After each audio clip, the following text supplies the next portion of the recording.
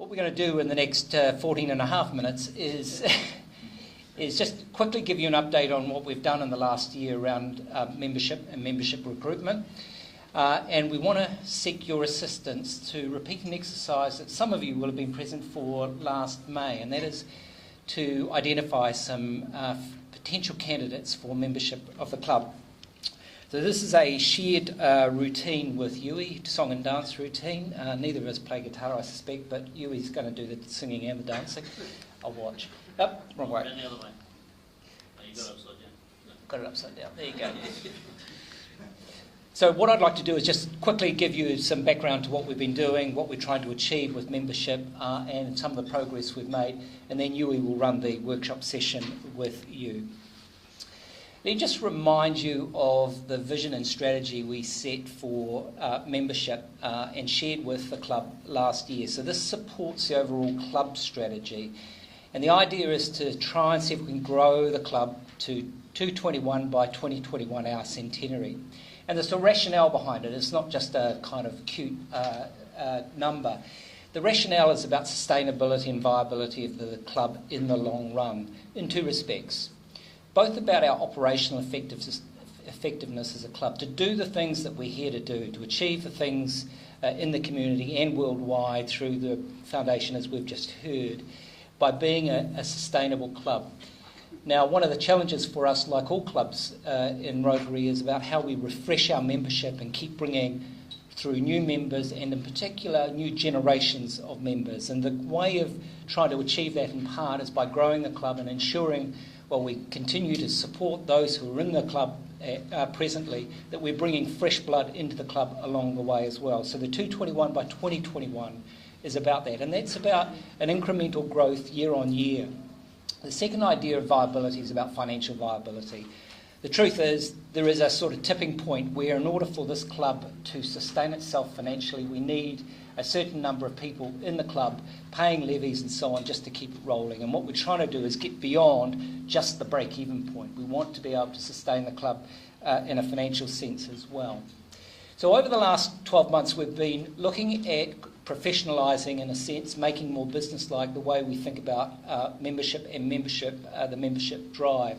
Some of this is about having a vision and a strategy for membership growth, growing diversity of the club, but it's also about being far more deliberate about identifying people that we think should be in this club and actively sort of encouraging members of the club to go out there, talk to those people, invite them to a club meeting, draw them into the club. Many of you have done this on a regular basis in the past. What we're trying to do is get more members of the club engaged in that recruitment process, and I think, as we'll see in a minute, that is paying dividends. So what have we done in the last year? Well, we've had a good look at how we structure the club. I think as James read the intonation a moment ago, he referred to bringing in Jeff as a full member. We looked at whether we continue the trial with the associate member. We believe with the focus we're putting on membership drive that we can actually no longer need to support the associate role, that in fact people who are associates will more gradually become full members of the club, but actually we're bringing people in as full members here on. We've updated the resources that are available on the website to make talking with potential candidates for membership much more straightforward, and for you to nominate members more easily. Yui's going to touch on that in just a minute. And we're also setting up a whole lot more discipline around how we engage with members, both in their first few months in the club through the buddy system, and something Dan, in fact, is working on. We're talking about tomorrow at a committee meeting around a 90-day check-in, but also by being a whole lot more disciplined about getting feedback from those who resign from the club and understand what's worked and not worked for them, so we can continue to adapt. So again, try to be far more professional about this. So how did we go in 2014? So as you can see, we started with 149, we ended with 158. We were 9 members up, which is actually about on track for the 221 target with 6 years to go. You'll notice, though, we recruited 30 and we lost 21 members. What's really interesting was about 17 of those members went in the first half of the year. It was May last year when we went through the last membership workshop, and most of the resignations in the club occurred before that time, and most of the recruitment, and in fact, has occurred since. So I like to think that actually what we're doing is working, and we'll see an even more positive net gain in the next year.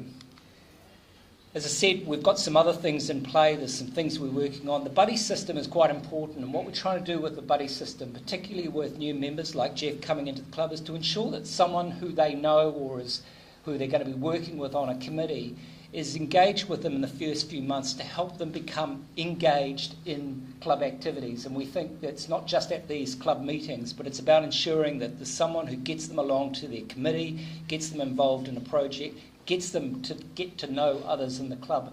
And it's that engagement that actually brings people alive, I suppose, and become more engaged in what we're all about. I've mentioned the 90-day check-in work that Dan is leading some work on, and exit interviews. So I think, just in the interest of time, I'm going to hand over at this point to Yui to run us through what we've got on the website and what we want you to do. Cool. Thanks, Mark. Happy New Year, everyone. My job is to just point out that you've got some papers on your tables now. There's 3 of them. There's a cold list, a warm list and a hot list, and I'll explain what those mean in a second. I've got some spares here. Maybe Martin, you could, if anybody wants any more forms, please just ask Martin. But there's what I'd like to do now is go onto the web, so we're able to get onto the web. While Yui's doing that, let me just comment. One of the things that we're very conscious of is that people may not know where the resources are or what's available, and we just wanted to give you a quick look at this so you have a sense of how easy it is now, both to get resources to give candidates and to make nominations. Thanks for setting me up. So the first thing I'd like to show you is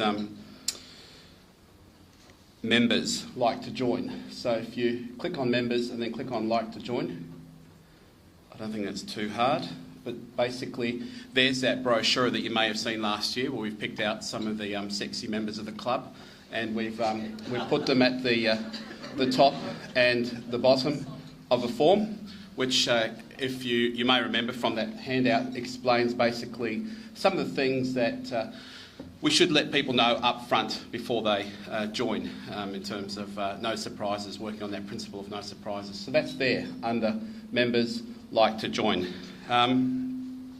There's also in About Us, under About Rotary Club of Wellington, we've also got in there a link called What It Means to Be a Member. And this again gives a little bit more about the philosophy behind the club and how you might go about... What was it? What was that? Okay.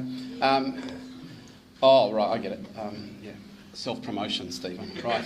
So being a member of the Rotary Club, what it means, how you propose a new member, the new member following induction, and so on. So a bit more information for you as a member as to what's involved when a person joins a club.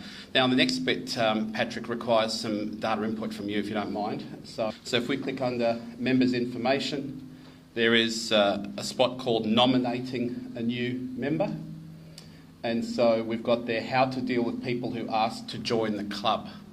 So if you click in there, you can download, for example, from there, see some information that you might want to share with the candidate or the person involved. And then there's one more form I'd like to show you. And yeah, I know it's only available if you sign in. Do you mind signing in, Patrick? I'll just log in. Okay, cool. And it's there. So this one here is electronic. So Ramsey, who's done some amazing work on this, basically now you just you can click in there and do your thing, and you can click in there and so on. So some of you who've complained in the past that downloading the form, getting it handwritten, and then try and look for a way to scan it and send it in, hopefully what you do is just complete it there, and then you just save it as a PDF or just send it to the printer or just mail it back to the club.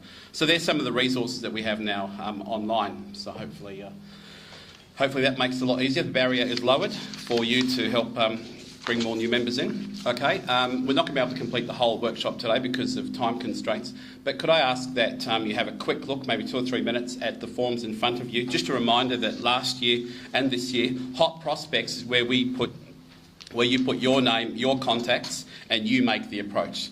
So if you've got any people that you know that you're prepared to go and approach personally, if you could just write them down on the hot list form that you've got in front of you. Warm prospects are where they're your contacts, but we make the approach and you help. We contact you first and discuss with you what's the right strategy, what's the right approach. As it could be that it's a joint approach or we approach them on your behalf, but you give us some background as to some of the idiosyncrasies or some of the things that we need to deal with that person.